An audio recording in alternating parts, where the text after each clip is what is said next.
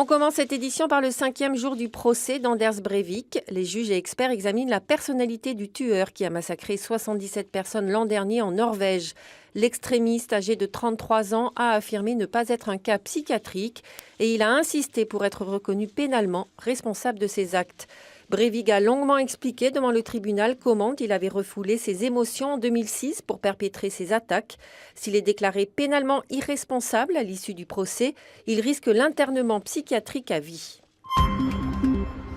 Une vague d'attentats en Irak a fait 38 morts jeudi.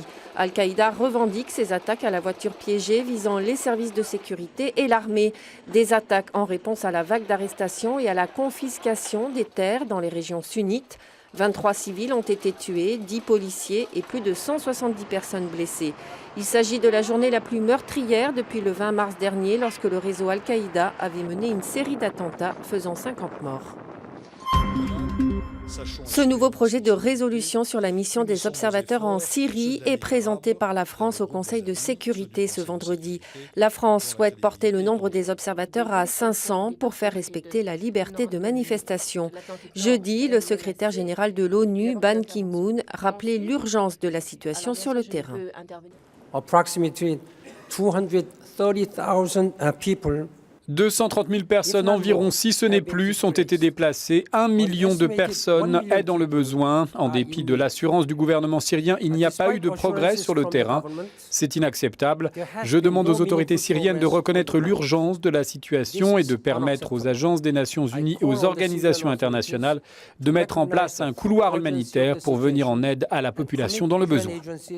La Chine se dit prête à participer à la mission d'observation de l'ONU en Syrie.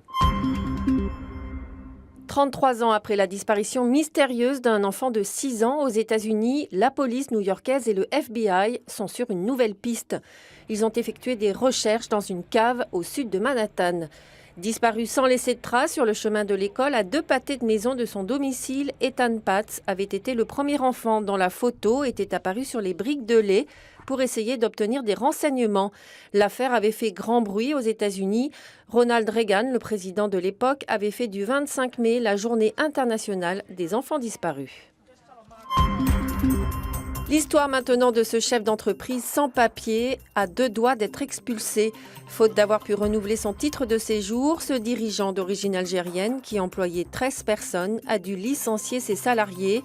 Il vit aujourd'hui dans la peur de devoir retourner dans son pays d'origine. Plus de mobilier et plus d'employés. Sharif travaille désormais seul dans son entreprise de fibre optique. Alors ici il y avait des bureaux et de l'autre côté il y avait une petite table de réunion, comme ça on se réunit. En janvier, Sharif apprend que sa carte de séjour n'est pas renouvelée. Aucune explication ne lui est donnée. Devenu sans papier, il doit se séparer de ses 13 employés.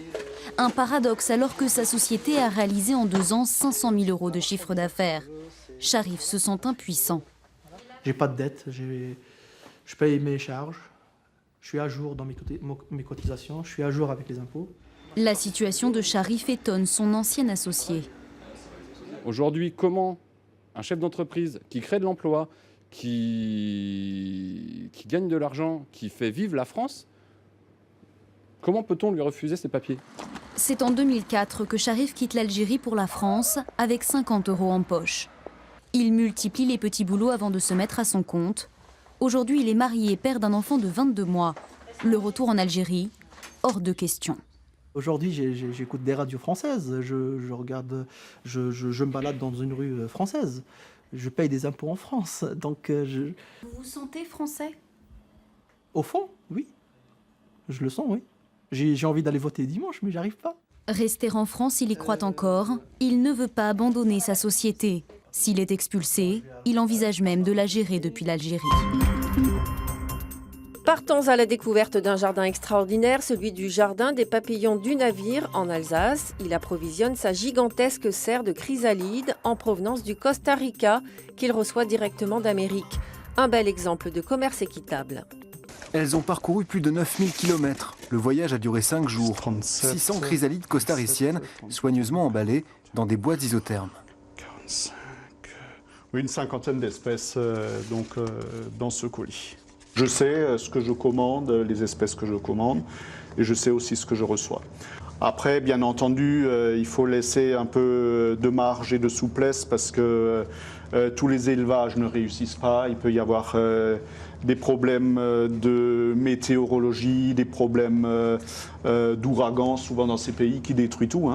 Du commerce équitable fondé sur la confiance. Le Jardin du Navire fait partie d'une association qui regroupe 200 serres à papillons dans le monde. Depuis plus de 15 ans, elle fait travailler des centaines de familles sur 3 continents, du Brésil à la Thaïlande, des Philippines au Kenya.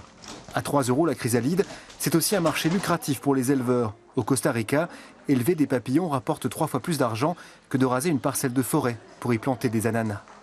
Nos éleveurs n'arrachent plus la forêt tropicale mais la laissent en l'état, donc ce qui est énorme. Et à l'heure actuelle, notre association détient à peu près 20 000 hectares de forêt tropicale, intégralement protégée. Ensuite aussi pour protéger les espèces et les garder dans leur milieu, ce qui est très important également. Dans la nature, seuls 2% des œufs pondus donnent un papillon. En élevage, le taux de réussite dépasse 60%. Beaucoup d'insectes invendus sont donc relâchés sur place. Les autres deviennent ambassadeurs à travers le monde, comme ici, pendant quelques jours, après l'instant magique de leur éclosion. Le nouveau Trade Center à New York fait désormais 100 étages de haut. 4 étages restent à construire pour que la Freedom Tower devienne la tour la plus haute de la ville. Construite pour remplacer les tours jumelles détruites lors de l'attentat du 11 septembre 2001. Cette nouvelle tour symbolise la renaissance du World Trade Center. Elle doit être achevée en 2013.